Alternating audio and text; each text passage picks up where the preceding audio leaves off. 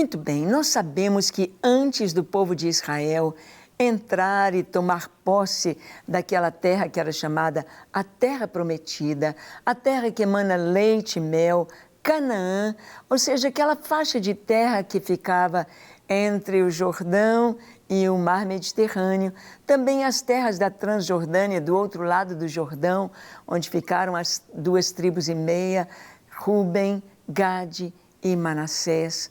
Aquela terra que, na verdade, a Terra Prometida nunca foi conquistada por Israel, porque ela deveria ser desde o Eufrates, abrangendo o Líbano, abrangendo a Síria, indo até o ribeiro do Egito, a fronteira no Egito. Esta terra era habitada no tempo de Abraão. Era habitada por várias nações, chamadas nações cananeias. Ali estavam 7 nações habitando naquela terra. Ali estavam os amorreus, os cananeus, os ferizeus ou perizeus, os girgazeus, os jebuseus. Ali estavam povos que habitavam esta terra, os heteus e os heveus. 7 nações. Nações cujo pecado estava subindo, enchendo a taça do julgamento de Deus. Que pecados eram estes? Pecados de sacrifícios humanos, pecados de tomarem as crianças. Nós vimos que a arqueologia descobriu em escavações ossadas de crianças no alicerce da casa. Se eles iam levantar uma casa, levantar um negócio, então ofereciam sacrifícios humanos, crianças. Até hoje nós podemos ver em seitas, em religiões africanas, nós vemos ali sacrifícios humanos, sacrifícios de crianças, para que as pessoas tenham sucesso num negócio que abrem, numa empresa. Então havia isto, e isto é abominável aos olhos do Senhor. Isto é terrível aos olhos de Deus. As nações estavam cheias de imoralidade. Seus cultos eram cultos sensuais, com o homossexualismo, com a prostituição cultual. Os sacerdotes, as sacerdotisas eram prostitutas cultuais. Eram rituais de cultos satânicos, porque tudo que não é de Deus é do diabo. Tudo que não é do Senhor, tudo que não é santo, é impuro, é do demônio. Se a pessoa não adora o Deus verdadeiro, ela está adorando Satanás. Se ela não está na luz, ela está nas trevas. E assim, aquelas nações então chegaram, completaram a taça da sua abominação diante de Deus. Chegou um tempo de uma limpeza, de um limpa. Veio o julgamento de Deus sobre aquelas nações. É claro que na conquista das nações cananeias, naquela conquista por Josué, daquela terra de Israel, a terra que Deus prometeu dar a Abraão, Isaque, Jacó, sua descendência, houve pessoas que se converteram ao Deus de Israel, como Raabe. Raabe era uma prostituta na cidade de Jericó, mas ela ouviu falar do Deus de Israel, ela creu, ela desejou, ela buscou, ela pregou para a sua família e ela foi salva. Nós encontramos os gibeonitas, a cidade de Gibeon, ou Gibeão, quando eles creram, quando eles viram que Israel viria, que Israel estava com Deus vivo, com Deus verdadeiro, caminhando com eles, e eles viram que não tinha chance para eles, fizeram uma aliança. Disseram, nós queremos servir ao Deus de Israel. Se tornaram servos, rachadores de lenha, tiradores de água, para o templo. Para o templo. Adotaram o Deus de Israel como seu Deus. Foram salvos. Deus sempre dá oportunidade a todo aquele que quer. Nós vamos ver que Ruth, a moabita, em Moabe, tinha o deus Moloque, aquele deus que exigia sacrifício de crianças, aquele deus que era uma estátua, representado por uma estátua gigantesca de ferro, com a barriga aberta, com aquele buraco na barriga onde se colocava fogo. e aquela estátua de ferro, de metal, ficava incandescente, em brasa com aquele fogo ali. E eles colocavam os bebezinhos, as crianças nos braços daquela imagem terrível, daquele Deus horrível, horroroso, e ruflavam os tambores para não ouvir os gritos das crianças.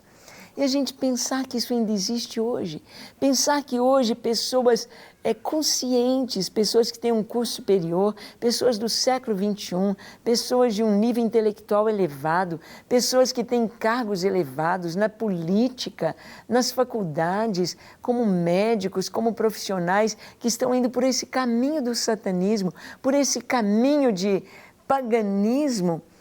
É ilógico pensarmos isto. Mas quem não está na luz, está nas trevas. Então, aqueles povos foram conquistados. E nos diz o livro de Juízes, abra sua Bíblia, primeiro em Josué, na conquista da Palestina, na conquista das nações cananeias. Josué capítulo 15, versículo 63 diz: Não puderam, porém, os filhos de Judá expulsar os jebuseus que habitavam em Jerusalém. Assim, habitam os jebuseus com os filhos de Judá em Jerusalém até o dia de hoje. Isto está escrito no livro de Josué. Josué foi o conquistador, Josué foi o general, Josué ia à frente e dirigiu 5 anos de batalha, 5 anos de guerra para desapossar a terra e o povo de Israel tomar aquela terra como sua herança. Há pessoas que podem dizer, mas isto não é correto, como que Israel vai e tira o povo da terra e faz o assentamento ali das 12 tribos? Isto era assim na história das civilizações. Foi assim com o Império Romano, foi assim com os impérios que passaram aqui, foi assim na Europa, foi assim no Brasil, foi assim nos Estados Unidos, foi assim na África. É a história das civilizações humanas. Então não é Israel. Isto tem acontecido em toda a história, mas as pessoas olham só Israel, dizendo, Israel está tirando os palestinos, aquela terra não é de Israel, aquela terra foi dada por Deus, o dono absoluto de toda a terra. E Deus só removeu aquelas nações que se mantiveram irredutíveis no seu pecado. Resistiram à entrada do povo, aqueles que fizeram aliança como os gibeonitas, aqueles que se converteram como Raabe, foram poupados e estavam ali. Então, com Josué, aquelas guerras, foi então acontecendo a conquista da terra. Mas havia ali a cidade de Jerusalém. Era a fortaleza dos jebuseus, a cidade de Jerusalém. Ela não foi conquistada no tempo de Josué.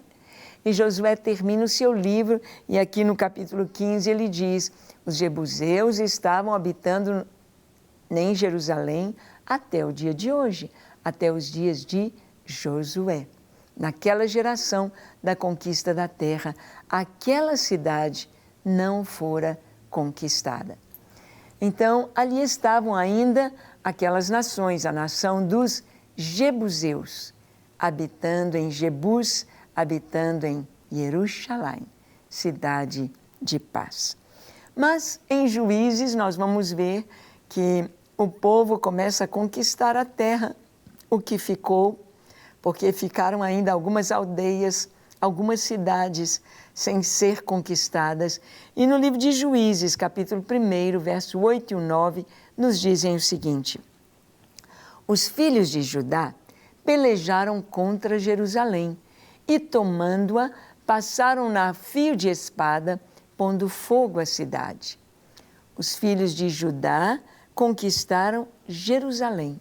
Diz aqui que a cidade foi conquistada no período dos juízes, pela tribo de Judá. E nós vamos ver que mais tarde Jerusalém será a capital de Judá. Vai se tornar depois a capital de toda a nação de Israel. Mas olha como continua o texto. Depois os filhos de Judá desceram a pelejar contra os cananeus que habitavam nas montanhas, no Negueb e nas planícies. Então, a tribo de Judá lutou contra os jebuseus, derrotou os jebuseus, mas não exterminou os jebuseus. E ao que parece, eles retornaram à sua fortaleza.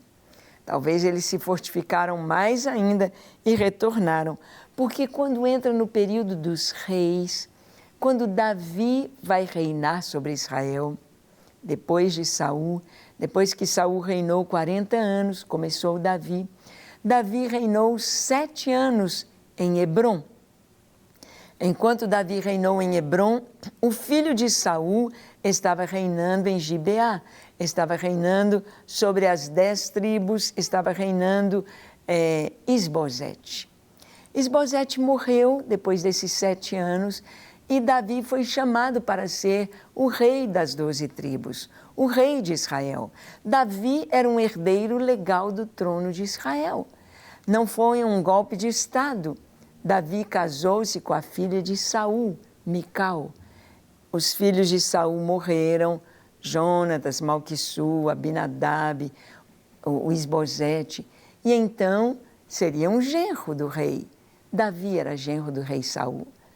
Davi então foi coroado rei de toda a nação de Israel. Mas Davi queria estabelecer no lugar escolhido por Deus o culto, trazer a arca, estabelecer ali naquela fortaleza dos jebuseus, naquele lugar escolhido por Deus em Jerusalém, estabelecer ali a capital de toda a nação. Então vamos ver a conquista de Jerusalém em 2 Samuel, capítulo 5, versículos 6 ao 10. Diz assim: Partiu o rei com seus homens para Jerusalém contra os jebuseus que habitavam naquela terra e que disseram a Davi: Não entrarás aqui, porque os cegos e os coxos te repelirão, como quem diz: Davi não entrará neste lugar. Davi então foi para conquistar Jerusalém.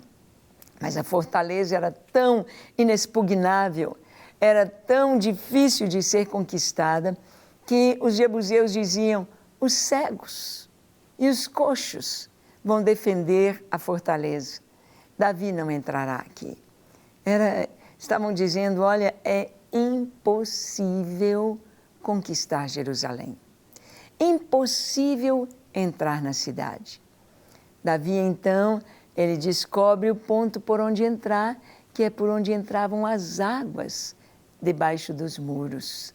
E Joabe, então, entra por aquele ponto ali vulnerável, entra na cidade, abre os portões da cidade e a cidade, então, é totalmente conquistada por Davi e para Davi. Vamos ver como nos diz a Escritura? Continuando, diz: Porém, Davi tomou a fortaleza de Sião. Esta é a cidade de Davi. Davi, naquele dia, mandou dizer: Todo que está disposto a ferir os jebuseus, suba pelo canal subterrâneo e fira os coxos e os cegos, a quem a alma de Davi aborrece. Por isto se diz: nem cego, nem coxo entrará na casa. E o texto continua dizendo: Assim habitou Davi na fortaleza e lhe chamou a cidade de Davi. Foi edificando em redor desde Milo e para dentro. Ia Davi crescendo em poder cada vez mais, porque o Senhor Deus dos exércitos era com ele. Davi, então, conquista a cidade, entrando pelo canal subterrâneo, e Davi tinha dito ao seu exército: aquele que conquistar Jerusalém, aquele que tiver a coragem, entrar na cidade, derrotar a cidade, ele será o comandante do exército. E foi um primo de Davi, Joabe, que conquistou. Joabe foi feito o general do exército de Davi. Joabe entrou na cidade, abriu suas portas, Davi ali foi entronizado e estabeleceu em Jerusalém a sua capital. Mais tarde, ali em Jerusalém, vai ser estabelecido o culto ao Senhor, através do templo que Salomão vai levantar sobre o Monte Moriá. Deus escolhera Jerusalém. Deus escolhera aquela cidade de uma maneira muito especial. E Davi tinha esta comunhão com Deus. Davi tinha este conhecimento do Deus de Israel e da promessa do Senhor de ter um lugar de culto, um lugar onde o Senhor estabeleceria o seu culto para o seu povo, onde o seu povo viria de todos os lugares, de todas as cidades de Israel, e aqueles que estivessem morando fora de Israel, que estivessem longe do seu povo, poderiam vir para cultuar, poderiam vir trazer a sua oferta, trazer o seu sacrifício, viriam para celebrar ao Senhor. Davi estabeleceu ali em Jerusalém a adoração ao Senhor, adoração sem cessar, 24 horas, 24 turnos de adoração. Ele trouxe os levitas para de hora em hora se revezarem, adorando ao Senhor, porque Ele é bom e porque a sua benignidade, a sua misericórdia dura para sempre. Sabe, às vezes eu penso o que passou no coração de Davi para estabelecer em Jerusalém a adoração. Sabemos que Davi era um adorador, sabemos que Davi tocava sua harpa, compunha salmos. Davi adorava o Senhor o tempo todo, em todo o tempo. E ali em Jerusalém, ali chamada a cidade do grande rei, ali onde, anos depois, Jesus Cristo, descendente de Davi, o Messias prometido, seria entronizado de maneira jocosa, como escárnio pelos romanos. Colocariam uma coroa de espinhos na sua cabeça, colocariam um manto aparatoso sobre ele, colocariam como um cetro nas suas mãos um pedaço de pau, uma cana, e se prostrariam diante dele dizendo: salve, Rei dos Judeus.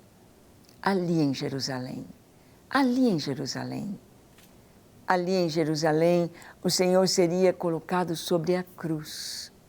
Não como Isaac levando a lenha nas costas e ficando livre do sacrifício, mas Jesus iria até o final, sendo o seu sangue derramado pelos cravos nas mãos, nos pés, na coroa de espinhos, nos açoites e na lança que perfurou o seu lado, em Jerusalém, em Jerusalém, em Jerusalém.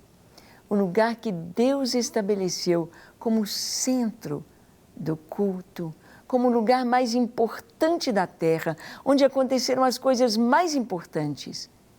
Dali de Jerusalém, do túmulo, o Senhor ressuscitou e ascendeu aos céus do Monte das Oliveiras. Jesus subiu aos céus, dali de Jerusalém.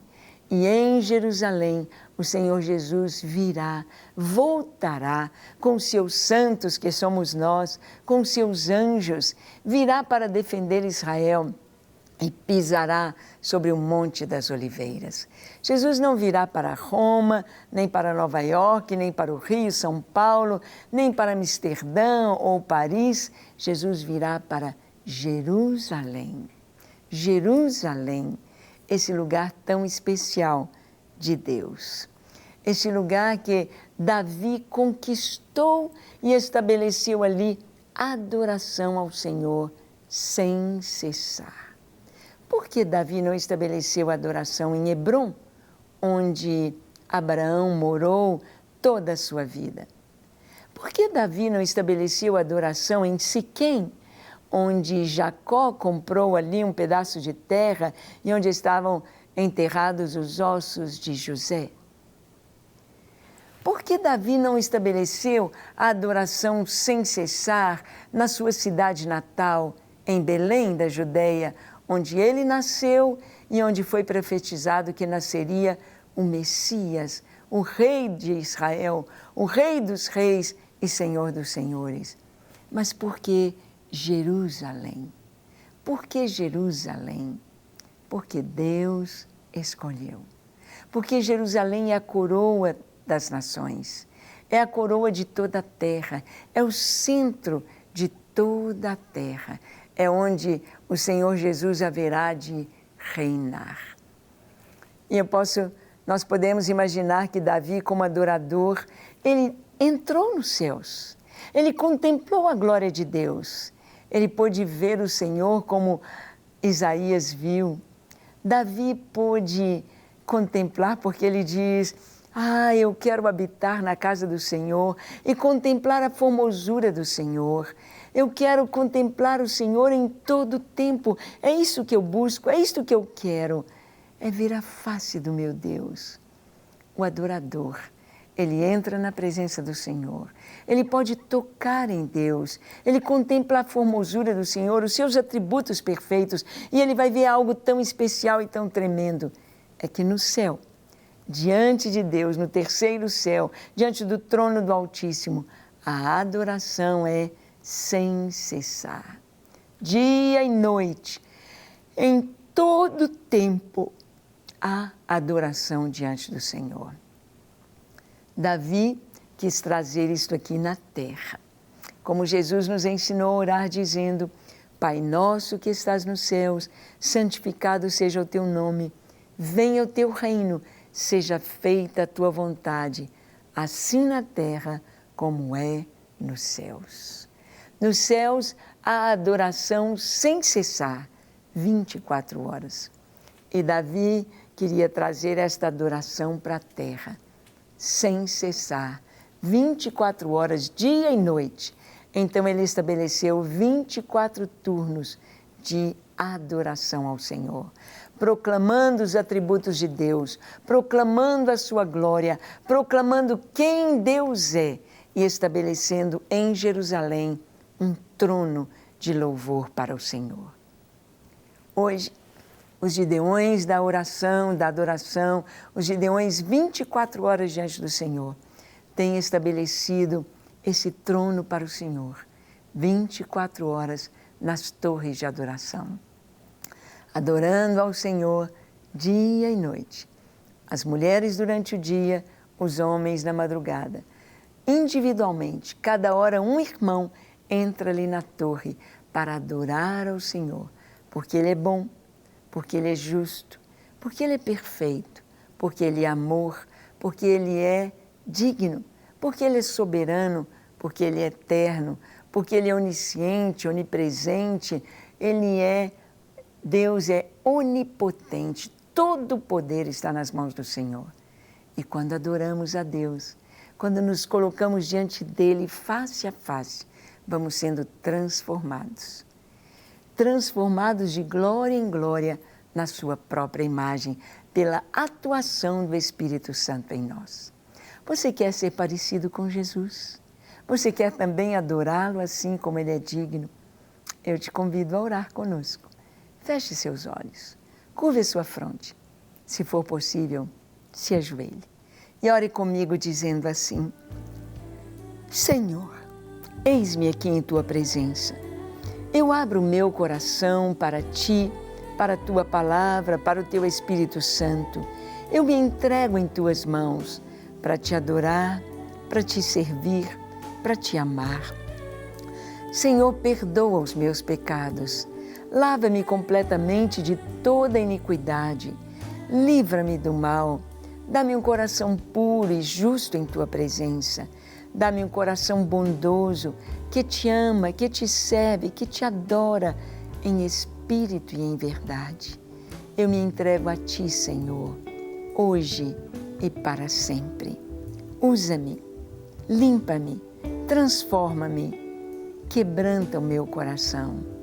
Eu me entrego a Ti, junto com tudo que tenho e sou, para ser Teu eternamente. Em nome de Jesus. Amém. Amém. Para receber todas as novidades do canal, inscreva-se. E se curtir o vídeo, clique em gostei. Aproveite para acompanhar a Rede Super nas redes sociais.